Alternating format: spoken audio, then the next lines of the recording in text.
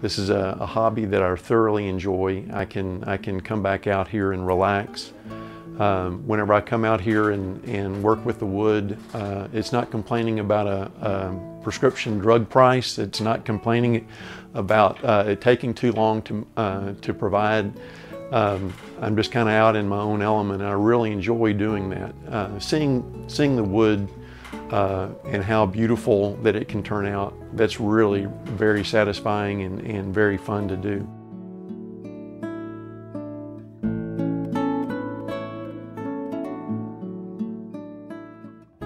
Whenever I was in high school, back in the 70s, I took woodworking and really enjoyed it. I really really enjoyed playing with the wood and learning a lot about the wood and the beauty of it. And so I started making several projects. The first one actually was a wooden coffee table, walnut coffee table, that I took to a competition and did very well in. And then I made 2 end tables, and it just started off from there. My wife told me that I could have a shop fund, and because it was really a drain on our budget. Every time I'd make something, we couldn't afford it, and so the time I spent making a piece of furniture and all that, she finally decided to cut ties with that and said, "You can have your own shop fund, and whatever you do, you don't even have to ask me for any money out of it. You do with it what you want, but whenever it's gone, it's gone."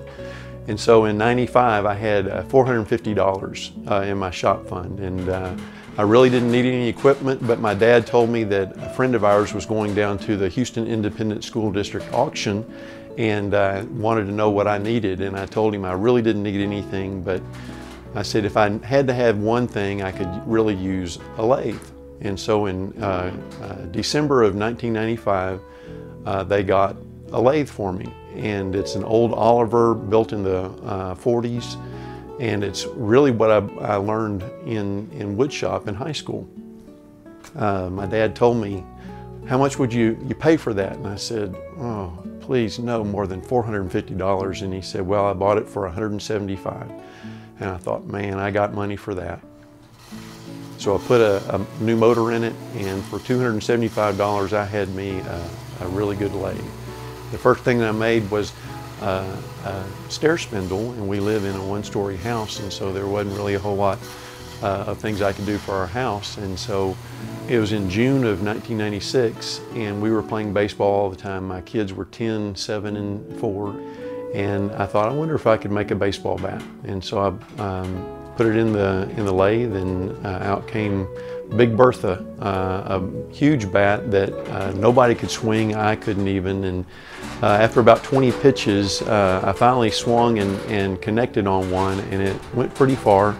And my son just looked at me in awe, and the rest, I guess, is history. The total time that it takes for me to make a bat probably is about 4 hours per bat. So the first thing that happens is I get this piece of wood. It's called a bat billet. It's basically a big dowel. And what I do is I mark the centers on both sides, both ends, and I drill a hole in here, and then put this in here right in the center, and then I chuck it in the lathe. And then I start to turn it. It takes me about 45 minutes to turn it from this bat billet into something that would look like a baseball bat. And there is about 45 minutes of sanding that I have to do. And because whenever I'm sanding across the grain, you then have to sand with the grain, and that's what takes the longest time. It takes the same amount of time to turn it as to sand it. So I'm an hour and a half into a piece of wood, and then I stain it, or I put a finish on it and then let it dry, and then the next day I come out and I can actually laser engrave it.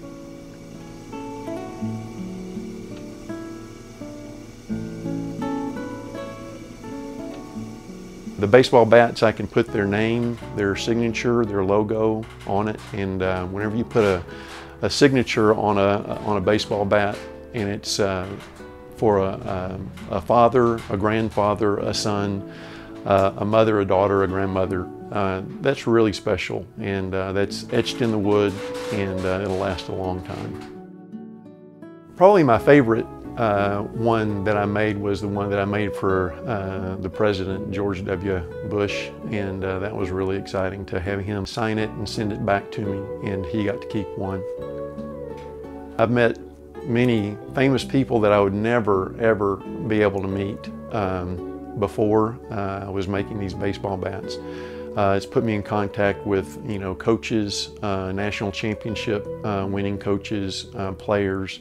The owner of the Astros, Drayton McLane, is a wonderful man, and I really enjoyed getting to know him. I made several bats for him through the years. Again, it's put me in contact with a lot of different people.